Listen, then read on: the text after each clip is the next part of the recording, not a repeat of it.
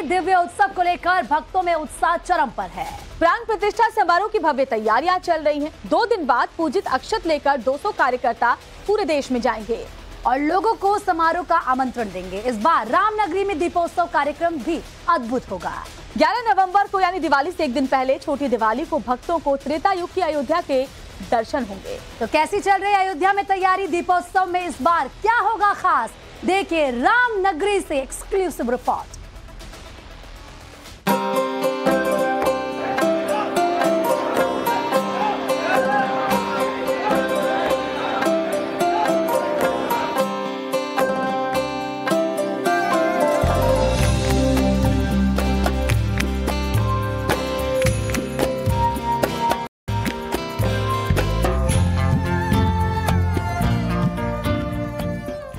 के तीर आज खेले रघुनंदन बबुआ, ए हो रघुनंदन बबुआ, हाँ जी रघुनंदन बबुआ।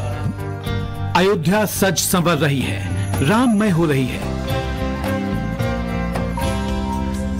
22 जनवरी के भव्य प्राण प्रतिष्ठा उत्सव के लिए तैयार हो रही है अयोध्या। 80 दिन बाद वो ऐतिहासिक पल आएगा जब करोड़ों सनातनियों की सदियों की तपस्या पूर्ण होगी, जब अयोध्या में प्राण प्रतिष्ठा का महोत्सव होगा, जब भव्य मंदिर में रामलला विराजमान होंगे। मानगढ़ अयोध्या, जय श्री राम। मिथिला मंडप, गोला घाट, लक्ष्मण किला।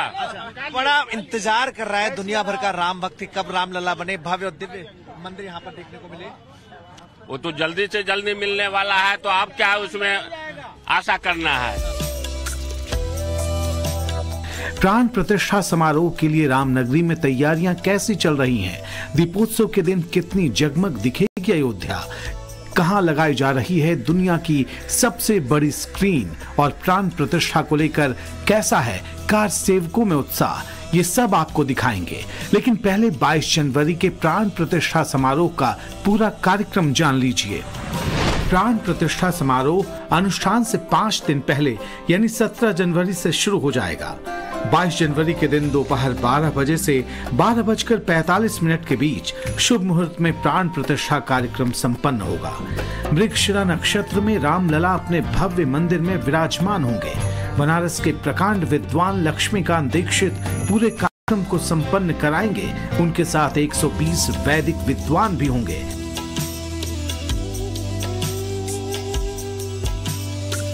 बताया जा रहा है कि प्रधानमंत्री मोदी खुद रामलला के विग्रह को गर्भगृह तक लेकर जाएंगे। 5 फीट ऊंची मूर्ति को लेकर पीएम चलेंगे। उनके पीछे साधु संत और तमाम प्रतिष्ठित लोग होंगे। प्राण प्रतिष्ठा से पहले रामलला के विग्रह की पूजा होगी। उसके बाद उन्हें स्थायी आसन ग्रहण कराया जाएगा।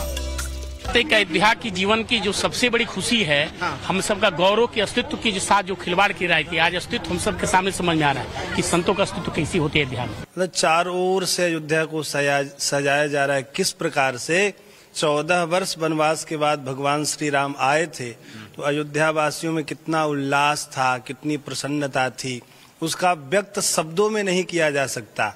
अयोध्या वालों ने पूरे विश्व को दिखा दिया।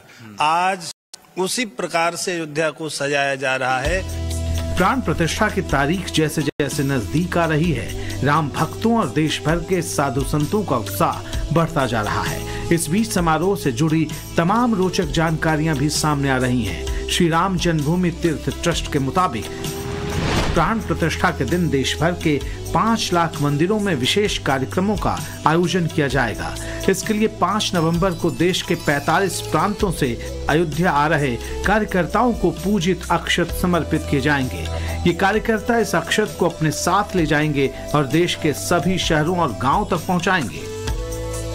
5 नवंबर को करीब 200 कार्यकर्ता अक्षत से भरे कलश लेकर देश के हर राज्य में पहुंचेंगे और न्यास की तरफ से ये अक्षत एक तरह से निमंत्रण का प्रतीक है। ये बताया जा रहा है कि 45 दिन तक ये अक्षत तमाम जो कार्यकर्ता हैं वो 200 मंदिरों तक पहुंचाएंगे और 1 तारीख से 15 जनवरी तक ये जो कार्यकर्ता हैं इन अक्षत को लेकर हर गली, हर मोहल्ले, हर बस्ती, हर गांव तक पहुंचेंगे और न्यास की तरफ से ये आम लोगों को प्राण प्रतिष्ठा में शामिल होने का एक औपचारिक निमंत्रण होगा।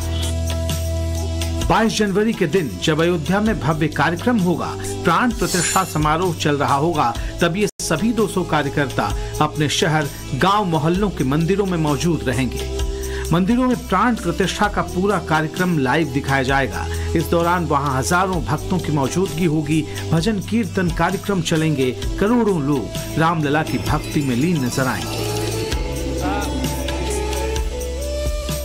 प्राण प्रतिष्ठा के बाद 48 दिनों तक मंडल पूजन और मंडलाभिषेकम भी चलेगा, जो कि 7 मार्च यानी कि शिवरात्रि तक चलेगा। और इस कार्यक्रम में विदेश में रह रहे प्रवासी भारतीय भी शिरकत कर सकते हैं यजमान के तौर पर।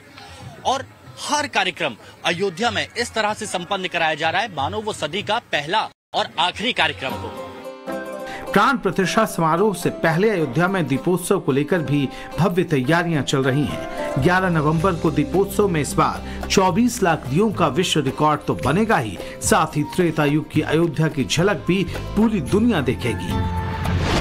इस बार दीपोत्सव में प्रभु श्री राम के जीवन की झलकियां आकर्षण का केंद्र होंगी। रामचरितमानस के 7 कांड की प्रस्तुति के जरिए राम के जीवन के आदर्शों को झांकियों में पेश किया जाएगा। राम के जन्म काल से लेकर राज्याभिषेक तक के प्रसंगों को झांकियों के जरिए दिखाया जाएगा। 11 वाहनों में ये झांकियां और शोभा यात्राएं निकाली जाएंगी। इन वाहनों में कलाकार राम कथा के साथ झांकियां पेश करेंगे। प्राण प्रतिष्ठा और दीपोत्सव कार्यक्रम को लेकर अयोध्या वासियों में गजब का उत्साह देखने को मिल रहा है। तैयारियों को लेकर डीएम नीतीश कुमार ने अयोध्या के साधु संतों के साथ बैठक की और उनसे सुझाव भी लिए हैं। क्या तैयारियां खास तौर पर की गई हैं अयोध्या में, क्योंकि अयोध्या की जनता तो उत्साहित है, प्रशासन भी मुस्तैद नजर आ रहा है? नहीं, बिल्कुल हम लोगों ने व्यापक तैयारियां की है। हम लोगों ने पुलिस प्रशासन की अलग से और डिफरेंट डिपार्टमेंट्स की बैठक हो चुकी है और इसके तारतम्यता में हम लोगों ने जनप्रतिनिधियों के साथ भी बैठक की है, व्यापारियों और उद्योग बंधुओं की बैठक की है। और उसके क्रम में आज हम लोगों ने पूजनीय संतगण और जनप्रतिनिधि हमारे इकट्ठा हुए थे। हम लोग सब लोग एक साथ मिलकर विचार विमर्श किया हम लोगों ने कैसे अपने दीपोत्सव कार्यक्रम को बहुत बेहतर और बहुत ग्रैंड उत्सव बनाया जाए और ये लोक पर्व हो और लोकोत्सव हो, इसको हम लोग प्रयास कर रहे हैं। इस बार दीपोत्सव पर भव्य लाइटिंग और साउंड शो का आयोजन किया जा रहा है। दुनिया के सबसे बड़े लाइट एंड साउंड शो के लिए 200 फीट की स्क्रीन राम की पैड़ी पर लगाई जा रही है। ये दुनिया के सबसे बड़ी स्क्रीन बताई जा रही है। इसमें राम के जीवन के प्रसंगों को बेहतरीन तकनीक के जरिए लोगों के सामने पेश किया जाएगा। ये तस्वीर मैं आपको यहाँ पर दिखाना चाहता हूँ और यहाँ पर देखिए, यहाँ पर भारत ही नहीं विश्व की सबसे बड़ी स्क्रीन लगने जा रही है। और ये जो स्क्रीन है ये आप वहां देखेंगे 2 बड़ी बड़ी मशीनें, क्रेन सर्विस वहां पर लगी हुई है और वो जो पिलर आप देख रहे हैं, इस पिलर की जो ऊंचाई है वो 60 फीट बताई गई है। 60 फीट लंबा ये पिलर होगा। अब 60 फीट तो ऊंचाई है, लेकिन अब आप कहेंगे कि इसकी लंबाई कितनी है, यानी ये कहां तक, कितनी दूर तक आपको दिखाई देगी। तो ये देखिए 225 फीट लंबी, 225 फीट लंबी ये विश्व की सबसे बड़ी स्क्रीन अयोध्या में लगने वाली है, राम की पैड़ी पर लगने वाली है। और इस वक्त आप सोचिए कि इतनी बड़ी स्क्रीन आपको पूरी दुनिया में कहीं देखने को नहीं मिलेगी। भारत की तो आप बातें छोड़ दीजिए, अब इसमें भी खास क्या है वो मैं आपको यहाँ पर दिखाना चाहता हूँ।